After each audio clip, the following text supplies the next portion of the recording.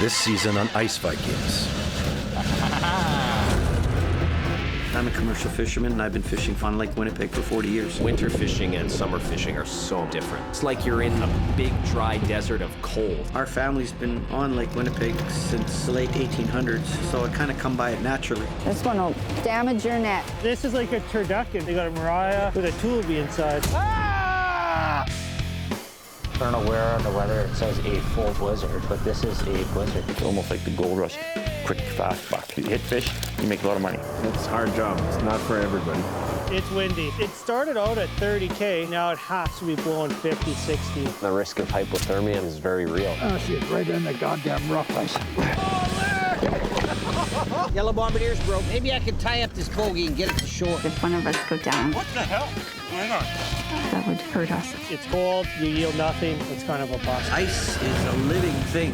This is way too wide. Feed at the top for 2 hours to get through here. Whoa, whoa, whoa.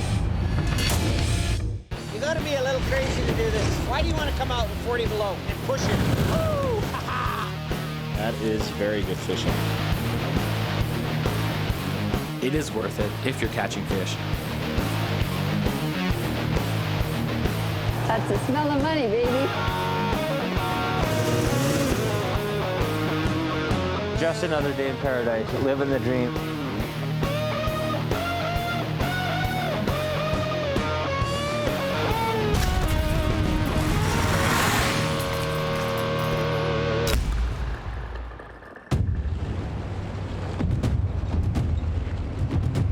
Gimli, Manitoba, Canada, a northern outpost containing the largest Icelandic settlement outside of Iceland itself. For 5 generations, these Viking families have worked the vast 25,000 square kilometer Lake Winnipeg and built a successful commercial fishing industry. It's a lot of families' livelihoods who have been doing this for 3, 4, 5 generations. It really is a way of life, and it's everything to us. With unpredictable weather conditions, these Vikings of the lake embrace the added danger of winter fishing. You gotta be a little crazy to do this. Why do you want to come out with 40 below and push it? The locals call it the long season. You gotta know your environment. It can change at any second. With temperatures plunging below -40, the lake can get colder than the surface of Mars. It can be very, very cold. It's bone chilling. Around here, fishing is big business. There is an end game and an end vision to what we're doing, and that's to get money so we can do what we need to do. Commercial fishing in the area is worth upwards of $25 million annually. There's a lot on the line. It's so much more than just throwing a net in the water and catching fish. These modern-day Vikings mix ancient techniques and Cold War technology, trying to get the best catch possible in the most dangerous of conditions.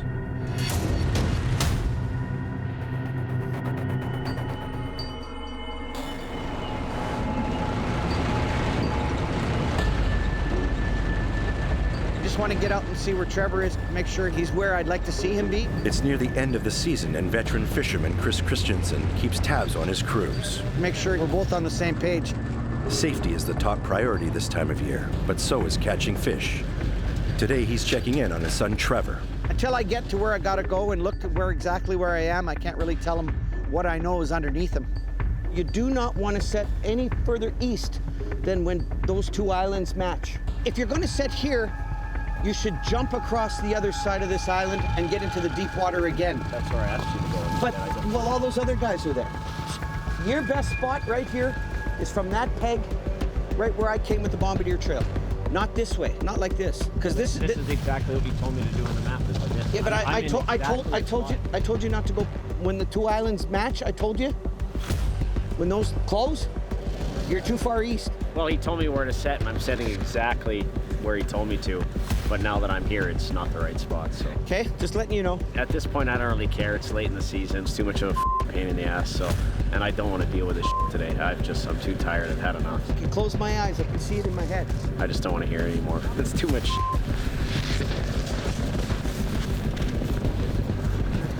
I'm just waiting for him to leave so I can get back to work.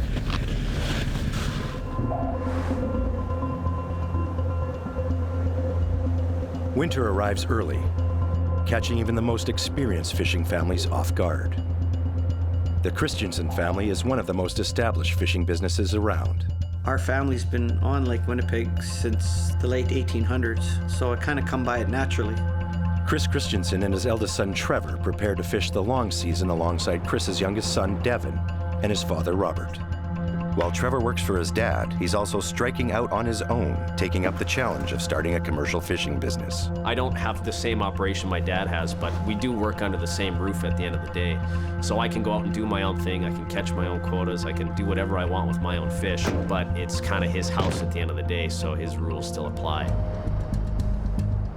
Well, this is our backyard here, and it's a pond which actually connects to the lake. Before they dare venture out on the ice, Trevor checks its thickness by using a Viking-like spear.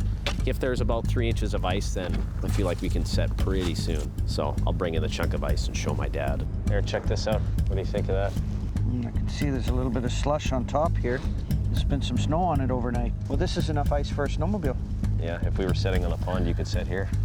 Don't you think that's enough for a sled? Yeah, I was thinking so. Okay, good. Now I have confirmation. If anything goes wrong, Trevor said it was safe to go on the ice.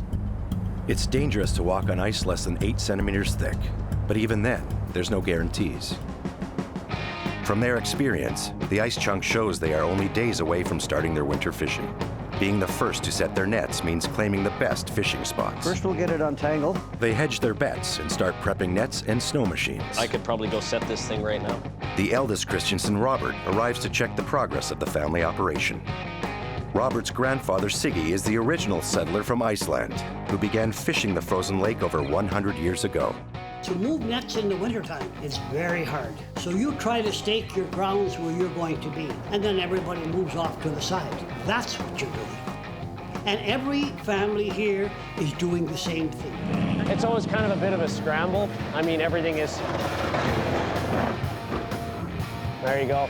It's the same thing every year, but for some reason, it's always kind of chaos at this time of year, you know? Normally, I don't like to put this stuff on till we're ready to go. Don't really want to give anybody a heads up of what we're doing. But we want to get old bottom finder there ready.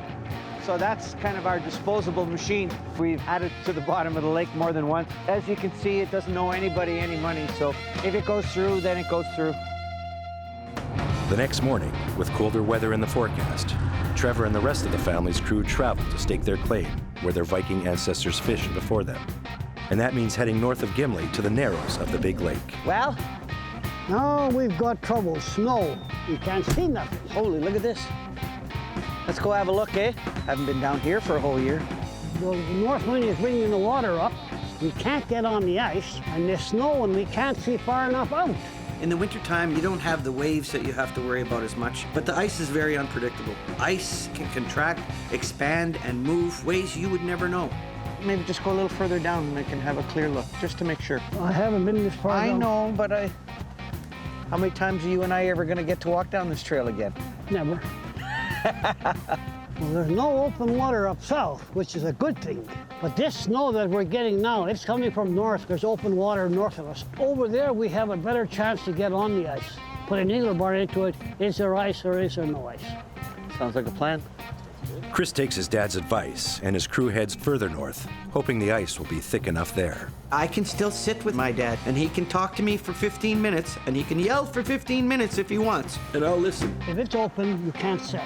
We're going to go down further, like Dad said, to the other spot to see if we can get onto the ice there.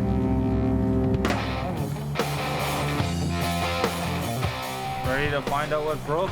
Meanwhile, in Gimli, another team of ice Vikings are gearing up for the winter season.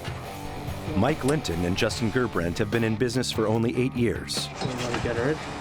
In these parts, where families have fished for generations, that makes them still the new guys in town. I don't even know how I met Justin. Maybe at a bar, started snowmobiling together. He had fished with a friend of ours and his dad for about 3-4 years. And then I convinced him to fish. He had never fished, ever. Now we're a two-man show, and it's going good. We're the only ones that I know of that have started just from scratch and don't have any ties to commercial fishing whatsoever. It's kind of unique. It's neither cheap nor easy to make it go at commercial fishing. I'd say the whole operation spent for Justin and myself, it has to be $200,000. It's crazy. It's crazy that I thought this was a good idea, but it's panning out, so. Not catching fish can mean closing the doors to their business for good, so being first on the ice is all about starting their cash flow. It also means claiming the prime fishing spots before someone else gets there first. We're just going to head out to Husavik Bay here, just a couple miles south of Gimli, and we're going to take a look at how the bay is freezing up and poke a couple holes and see if we got more than an inch ice. I think since we started winter fishing, I'm almost always the first one out here in the south. It's on the west side. This water for the first like 5 feet here. There's a big area, but everybody wants to go first. Be good out there. I kind of have an area that I want to fish, and I want to be there before anybody else does. Mike checks out some dangerously thin ice. In some areas, it's as thin as a sheet of paper. Pretty thick out here. You get that sound bite? The sheet of ice is shifting beneath Mike's feet. I'd say we got maybe 4 or 5 more days of freezing, and then be good to go. Soon enough. We're gonna get the big auger going on the bomber today. But not all fishing operations have their sights set on getting out first. Check the air. Change oil, check air, and it'll be pretty much ready for winter. For Gene and Candace Pischke, it's all about working smart when they do get out there. I have some health issues, and I have to take it easier and find different ways to do things. You still have to catch the fish, but if you can do it an easier way, why not? As other teams prepare to stake their claim, they tend to the machine that will help them fish smarter throughout the longest part of the cold winter. It can be very, very cold. So it's -40. It's cold. It's darn cold. This is their Bombardier B12, known around these parts simply as the Bomber. It's the workhorse of the commercial ice fishermen. I'm gonna show you guys an easy way to put the auger rack in. I'll pass it up to you. Yeah. These augers will cut through 3 feet of ice in no time at all. There, auger's ready for winter, the bomber's ready for winter. Meanwhile, the Christiansens arrive at their fishing spot, hoping to set their nets early. Robert leads the way. His wealth of experience can be drawn upon to spot any dangers on the shifting ice. Chris's nephew Joel is there as well to do the heavy lifting if someone goes into the water. Just put it by the shore, and if I scream for you, you know what to do. Don't hit me in the head with it. Here we go again. You want to get out there quick, but you want to get out there too quick because the ice might break and you might lose something, you know? Like a bombardier or snowmobiles or a person or... It's pretty freaky, especially with snow over top of the ice. You can't see anything. There's no ice there, right? Nope. You can't go outside of that. If you go through, it's not like we can start chasing after you and go and pull them out because you're just going to fall in yourself. You're right there, Trevor. Watch out there. And the risk of hypothermia and all that stuff is very real. From what I just chipped out over there, there's not very much ice. It's too dangerous. We can't set anything yet. I don't think you should go any further. That's far enough. Ooh, hear that? My grandfather used to say, there's one thing you have to remember about commercial fishing, and one thing only, and that is always stay on this side of the water and you'll be fine. There's 2 inches is not much. Whoa! Trouble on the lake near the Christiansens' favorite fishing spot. Whoa! Like you said, that didn't hold me up. Chris breaks through the ice before making it to shore. Where are you going to go after that? Give me your hand. Yeah, hold on. It's a close call.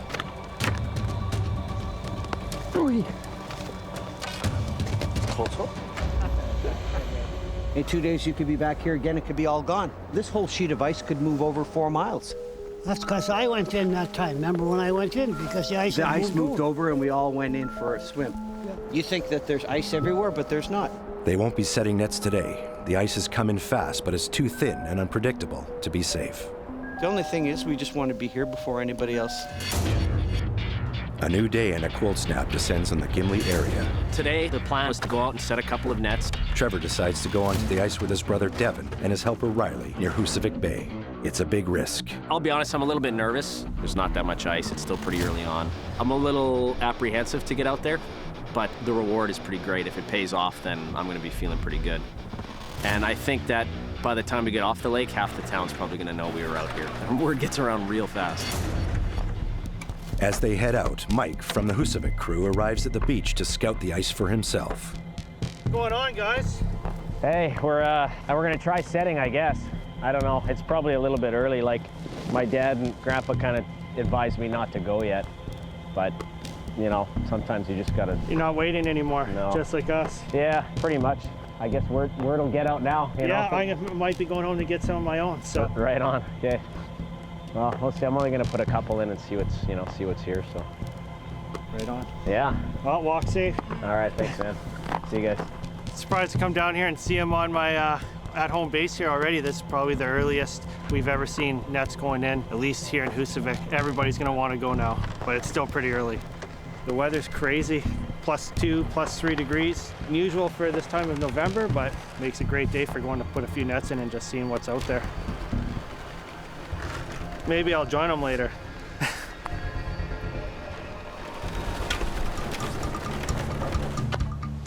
Oh, it's fine. Trevor makes a big decision.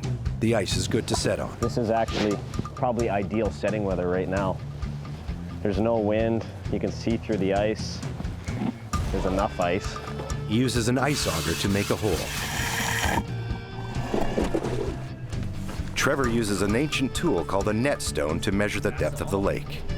It's only like 8 feet. We gotta go a little further. If it's too shallow, he risks the nets getting frozen into the ice. Yeah, no, we're good. I'm gonna put one in. A jigger is used to secure the 80-yard nets. Shaped like a surfboard with an ice pick in the middle of it, the jigger glides underneath the ice. Attaching to it is a rope that will run from one hole to the next. The pulling motion of the rope propels the board forward. The spotter looks and listens for its location. That's good, Devin. Good. Trevor is betting the weather will only get colder from here on in. Okay. If not, he runs the risk of losing his nets and any fish that may be in them. That's the very first net. The day is going well, but not far from where they work. Open water crashes over the edge of the ice sheet. As far as I know, we're the very first people outside of Gimli, which is a little bit freaky because, I'm not the most experienced guy yet, so I might end up making a mistake. I might lose my nets. There might not be any fish here. But if it pays off, then we kind of have bragging rights. We're the first guys out on the lake. Trevor and his crew are nearly finished for the day when they spot someone on shore. Hey, is that Dad watching us from shore? Is Dad there? This is Grandpa now. It's probably Dad. Oh yeah, you totally probably called him. Well, it's somebody, right? We don't know for sure who. As soon as one fisherman hears about us being out here, everybody's gonna know, right? It's so funny. Yeah, honestly. This is November. This is unusually early. We used to say if you could get out here before Christmas and get any amount of nets, this is a month earlier than that. So all bets are off. You could come here in 2 days, this could all be gone. Nobody really knows. That's the thing about being early. It's unpredictable. That's why we were both watching here, 3 generations. It's a very serious thing. He's got to go and do it on his own, so he gets an idea. Okay, all right, we better get everything in then. Hey, if it had been a strong offshore wind today, how would you get back to shore? Coming across land, vicious offshore winds can easily move a giant sheet of ice out to the middle of the lake, stranding fishermen miles from shore. This ice here, you would not believe it. This is a corner and out it goes. There's strips of wide open water here everywhere. You just don't know. It's what you don't know. It's what you're afraid of, right? It's a day-by-day thing, I'd say. I've had that happen before where I've asked my dad if I should go set in a certain spot, and he said yes, and then my grandpa said no. And so I was like, well, I'm just gonna go do it anyways. And there was a few times where I was definitely rewarded. But those guys, they've been in my shoes and they've done that sort of thing where they've had father figures telling them what to do and what not to do. They know at the end of the day I'm gonna take their advice, but I'll still probably break new ground and do what I want as well.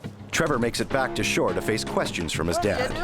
Mike from the Husavik crew is also there, curious about the ice conditions. Isn't it further out? Doesn't it look like it's new ice there?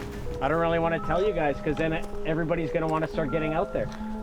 There's no ice out there. There's only like 2 inches. What? Do you think I'm telling the truth? No, not at all. Hey. Oh, looks like our biggest enemy's arrived. You. Hey, how's it going? You can see our nets from here. I don't know, with your eyesight, you might not be able to, but... Do you want to know how much ice there actually is out there? If you won't tell anybody? There's 6 inches. Right there. So don't tell anybody. I'm not saying nothing.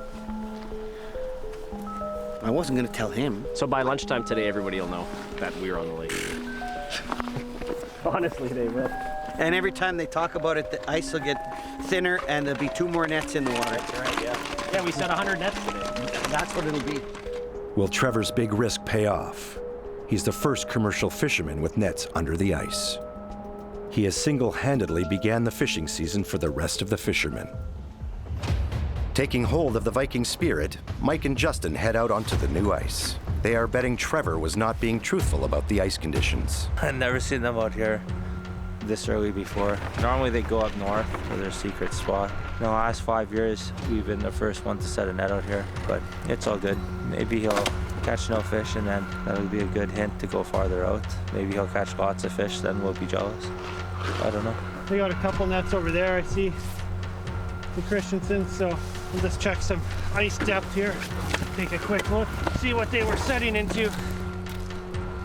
4.5 inches. We probably want maybe another couple inches, 8 inches, I'd say. Almost 10 feet. 10 feet. Let's go a little further. If a crew sets their nets in shallow water, they risk scraping the ground, pushing the nets up into the ice and freezing them in. A lost net with fish in them can add up to thousands of dollars. 13 feet. Here. 13 feet of water, so definitely deep enough to put in some shallow nets. The word will be spreading that people are out on the lake. Seeing how a few days ago there was water in certain areas, so this will get a lot of people gearing up to go.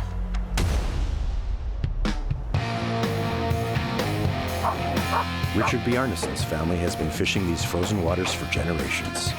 He began with his father back in 1962. I quit school, and the old man said, well, you'll just have to come out in the lake with me. He set out on his own only a few years later, purchasing his first bombardier and equipment. Now working with his son Mike, the two prepare their shed for the oncoming winter season. In the winter time, you have to watch out for cracks and thin ice. 2 years ago in the winter, across the crack. He was on the skidoo, and I was behind him on the bombardier, and I could see a change in the ice, but he was too far ahead. Boom, he went right through. My dad had grabbed me by my arm and dragged me out. It's just an instant shock and panic, bitter cold at minus 50. It happens. Sometimes you just have to get out on thin ice because that's when you get the most fish. With other crews already on the ice, Bjarnasons finished preparing for the upcoming season. No, I already packed up. It's all ready to go.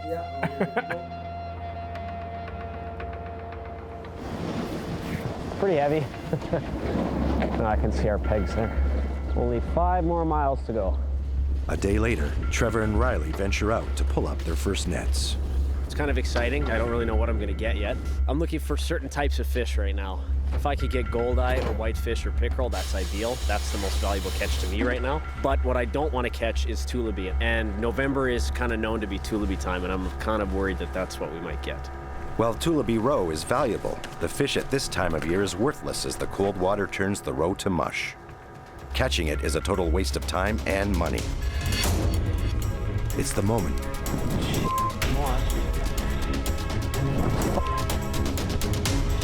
Was setting the nets early worth the risk? Trevor pulls in his first nets of the winter with the hopes of catching pickerel, the money fish of the lake. A lot of tulipy. But his catch is completely bust. Tulipy is not a valuable fish for this time of year. It's really not ideal. It's not what I wanted right now. It's a waste of Trevor's time and money. Probably should have expected this, but it's disappointing. It's definitely disappointing. Probably in a couple days I'll just pull these ones up. Oh well. It's not the worst. At least I didn't set like 20 nets like I was kind of thinking of doing. My grandpa talked me into only setting a couple, and he was right, so. Being the first one on the ice doesn't pay off for him this season. Trevor goes home with an unsatisfying catch. A few days pass and the weather dips into the minus 20s. The ice begins to freeze extremely fast. It's been more than 20 years that I remember it freezing this quick. I don't like it when it freezes quick. It doesn't get a chance to freeze properly. This is a very dangerous time of the year. You don't know how strong the ice is until you break it. That same day, Justin and Mike from the Husavik crew head out onto the ice, pulling up their test nets. It's very windy. If you're not prepared or not dressed right, you'll definitely freeze out there. The wind causes havoc for the guys and their lifting caboose. On days like today where there's no snow yet on the lake, towing this unit around makes it very difficult for him driving it. It's very lightweight, so it can take off. So I just got to go pretty slow when I'm lining up. I don't want to hit all of our pegs, and then we got to refreeze everything. I'd say here we're only fishing a mile and a bit offshore. Typically we'd like to at least be another mile even to start, but this year with the ice conditions, this is where we had to go. With everybody having to go close to shore, there's way more people around us than I would prefer. Did you see how close these goddamn sitting over here? Look at this. Where'd they come from? More fishermen in the area means less fish in the Husavik nets. A slow day. The guys are not catching what they hope for. The fish with the highest market value, pickerel. Sauger, northern pike, and tulaby are what they're catching. It's just no pickerel. Not catching pickerel means not making money. The biggest part was to get the equipment out and make sure everything's working, so when we start fishing heavier on the outside, there's no big surprises. Stuff is still gonna break, but at least I know we're gonna start off with hopefully everything working okay here. A hopeful sign. Oh, yeah, something's there. We got a big one. The guys land a monster fish in their net. It's like fitting a square through a circle. That's a big carp. Rip the shit out of the net. Is it gonna fit? I don't know, it doesn't want to come up. She's gone. Good. Good, that's the last thing we need. Carp is a worthless fish, and its sheer size and strength can easily destroy a good net. Probably tells me I'm fishing too damn close to shore. Yeah, it did. Right here, big hole in the net. It's a bad day on the ice for the new guys. Oh, lucky that's all it did. Leave that in. Rolling. Leave that in for a few days, there'd be a 10-foot hole. Yeah.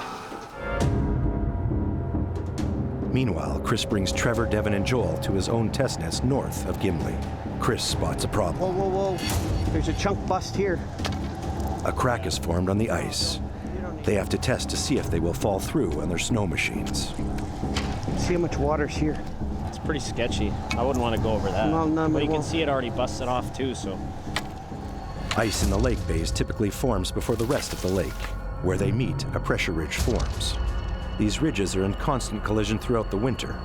Warm weather causes the ice to expand, creating ice walls that are difficult to cross. In the cold, it contracts, forming large, open areas of water. There's water. Whoa. What about on this side? Hold that bar there. Crossing these cracks and ridges is taking their lives into their own hands. Well, maybe look and see if there's anywhere further down we can go. That goes and goes and goes. There's water underneath here. And it goes, the crack goes all the way to shore, so. The Christensen crew decides to cross the crack in the ice, as there's no way around it.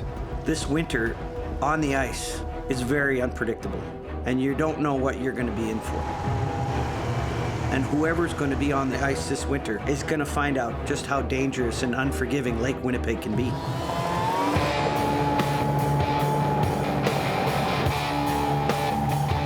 The Christensen crew makes it safely across the large crack on the ice.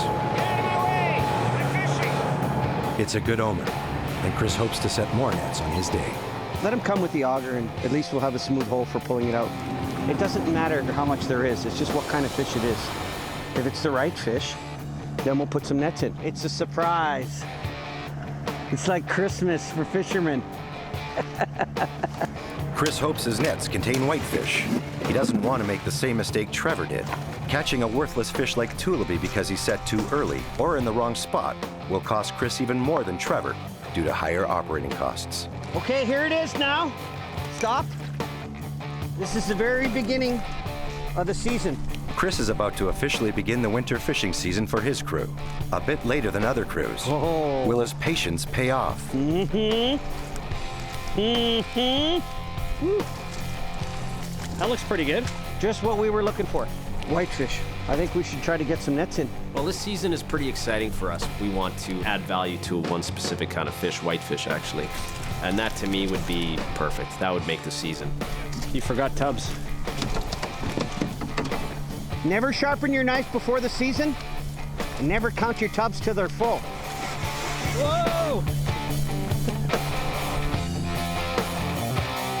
With Whitefish in his nets, Chris and his crew begin the process of jigging and setting 15 more nets before the sun sets.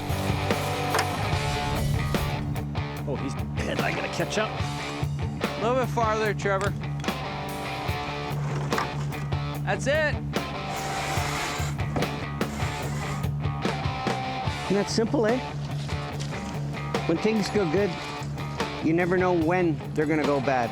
I guess we're just about done. We'll head in and come and check in a couple of days and make sure this is what we want. So what time is it, Devin? It's chicken time. What kind of question is that? Of course it's chicken time. You brought your wallet. Let's go.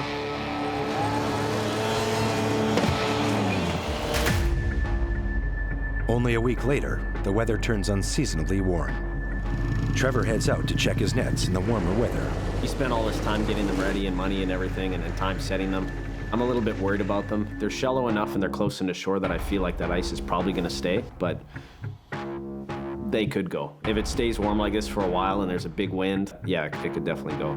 From day to day, you can have ice pile 30 feet high or open up 20 feet wide. So it's very unpredictable. You have weather temperature variations of 50 to 60 degrees. It's minus 40 one day and it's 20 above the next day. This is probably the only place I could actually have nets. Like, if I was even to go another few net lengths out, it looks like it's all open out there. So I'm lucky that the ice is actually held here. It's been plus temperatures for the last week. It's a little scary every time we go on the ice. I kind of thought that maybe I would have lost one or two of my nets, or all of them. Like, I really didn't know, right? You're pulling out, Trevor? Yeah, it's looking pretty good out here, to be honest. Despite his concerns, he's rewarded with a good catch. But was it worth the risk? That is very good fishing. So these are all pickerel here. So this is pretty much the #1 catch on Lake Winnipeg. So I'm glad I didn't set more nets than this, because I could have gotten myself into a little bit of trouble. We would have been pulling back into open water. And it wasn't like this when we set a few days ago. It's just dumb luck, to be honest. Like, we lucked out by not setting past that. This is very, very good fishing for right now. It's so good that I don't really want anybody else to know right now because, you know, it's a good spot to be. A few days later, temperatures plunge with an extreme wind chill dropping it down to minus 45. With the ice getting thicker, rough ice, Richard and Mike venture out with their caboose and pickup truck to set new nets. But on their way out, the father-son team come across an ominous sign. They spot another fisherman's pickup truck that has broken through the ice. The only safe way to approach it is on foot. He was just going to his nets of the truck and bang, he went through. There was an open hole. Just lucky it didn't go all the way down. The ice is less than an inch thick. Someone has already staked off the danger zone. It could have been maybe only a couple of inches to, start with, and then some snow went on top. That acted as an insulation. The other ice froze, but that kept that open. And that's what you have to watch out for. These bloody little death traps. They must now navigate carefully on the unpredictable ice as they begin setting their nets.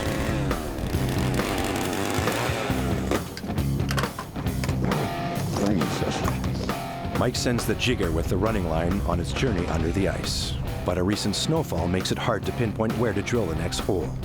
For this reason, the jigger has a knocker on it. Okay, Mike, try her there. Knock it.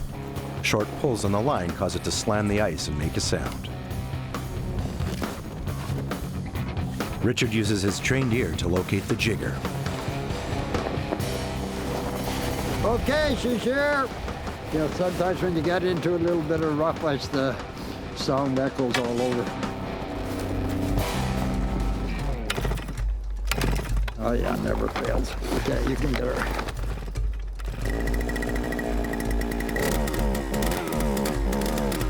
But something's wrong.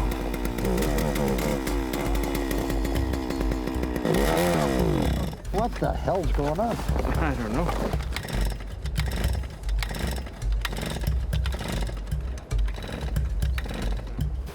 She's flooded. I'll have to chink it out. Once it gets flooded, it takes a long time for it to get going again. So we just had to use the old needle bar, which we used to use all the time years ago. Going, the needle bar gets stuck in the ice. Oh, she's right in the goddamn rough ice. Holy Christ.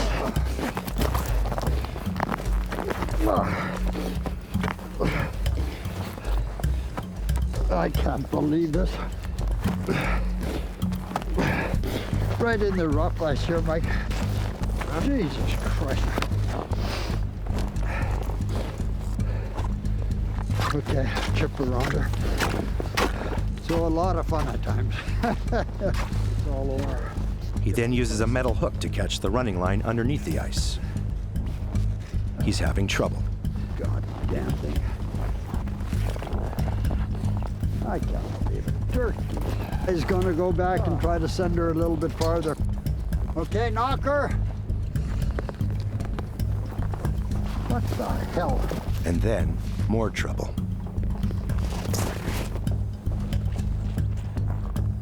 Oh, Christ, did she ever go up?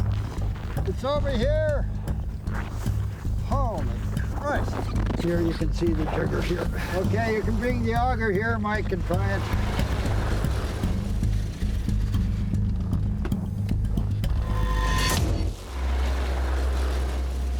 Richard and Mike Bjarnason are setting nets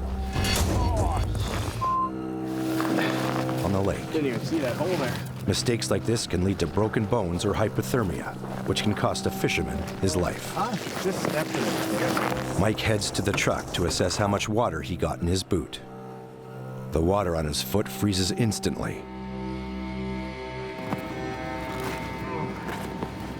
It's starting to tingle a little bit. Right here, you can see the pant legs frozen. How's your feet? It's a little tingly.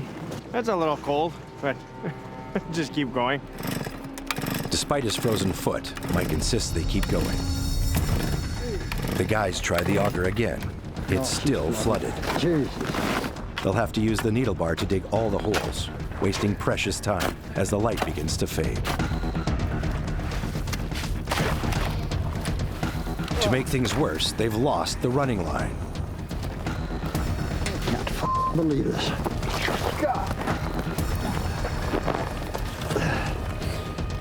Come on. Jesus Christ. What a son of a... Right.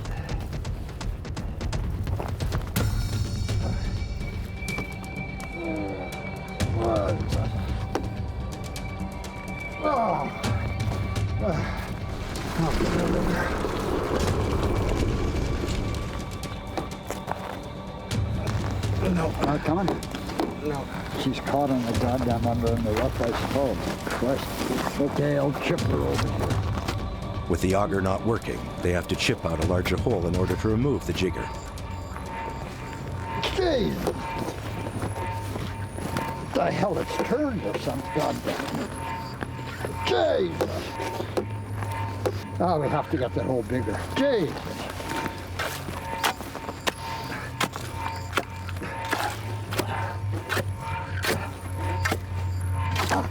Okay.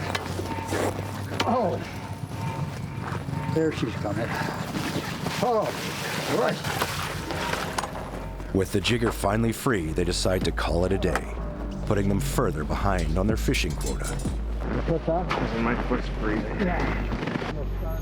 Today, it was a pretty poor day. We only got in 2 nets. Reason being, too, Mike took a booter, and then we ran into rough ice.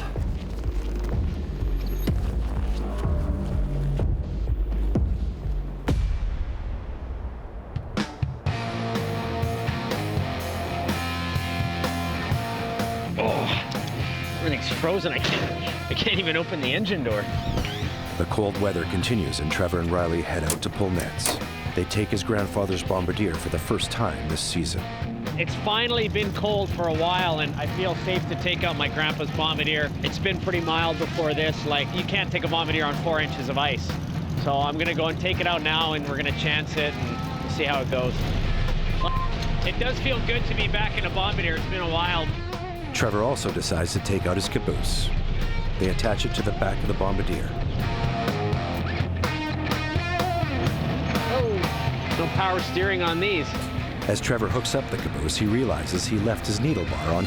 Oh, I'm gonna take this back, stay with the bombardier, and keep it idling high enough, okay? Well, it happens a lot. Sometimes we come out here and we realize we forgot something. And in this case, it was a needle bar, so I'm just gonna zip around and go grab it quick. Oh, right there. Oh, get in the bombardier, I gotta catch it. 500 pounds of runaway machinery will destroy or kill anything it hits. We gotta unhook the caboose first. Trevor knows this could be life or death.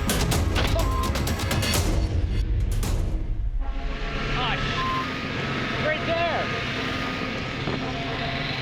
Oh. To catch the runaway snow machine before it crashes into something or someone. Now how the hell are we gonna get it out? Luckily, the machine slams into a snowbank and some bulrushes. Oh, we forgot that stupid rope. We could have pulled it right out. You can't go here, you'll rip it off. I should be able to get out straight this way.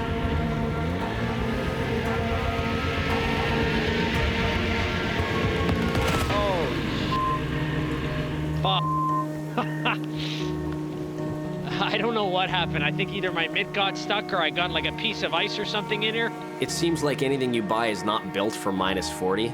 Like it gets to the point where it's so cold that breaks. At least I didn't hit anything with it. It can be a real pain in the ass. Holy shit. It's always some stupid thing, you know? When things get cold, things break, and, you know, things don't work properly, so it's just one of the big pains of this job, being so freaking cold. We're actually going to get back out and lift a couple nets, so the day's not done, the day's kind of just starting. I think probably me and Riley will keep it quiet for now.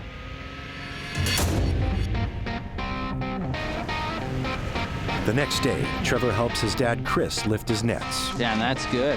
Holy moly, what am I gonna say? Doesn't get any fresher. Chris is happy with the whitefish he's catching. Too many here to count. You can't count that high, eh? you were taught? Now I can sleep tonight. You're always anxious to see what's going to be in the net, whether it's going to be the kind of fish you want or not. As you can see, it's exactly what we're after, the whitefish. They're the size of fish that the market wants, so I mean, it couldn't be better. I grew up very young, knowing commercial fishing and knowing the ins and outs and having the experience of my family, being my father and my grandfather and my uncles. That's a beauty. It's a beautiful fish. A lot of those people are now gone, but I tried to hold on to some of the values and ideas that they've passed on. And I think at the end of the day, they didn't really pass on a living, but they passed on a way of life. You know, I don't know if I would be able to do it without family. I mean, that's what keeps you really kind of going a little bit. Don't you think? Next time on Ice Viking. What the hell? You all right? Oh, no, not the cage. Oh, couldn't get goddamn worse. So far, the fish is terrible. We're not even hitting our half a pound minimum that we need. Fishing blows. God damn, how do we forget the auger? What are we gonna do, chop all the holes? This is gonna be a hard day. Got a sheet of clear ice here, and it's just a nightmare. Just spinning the whole time. Jeez.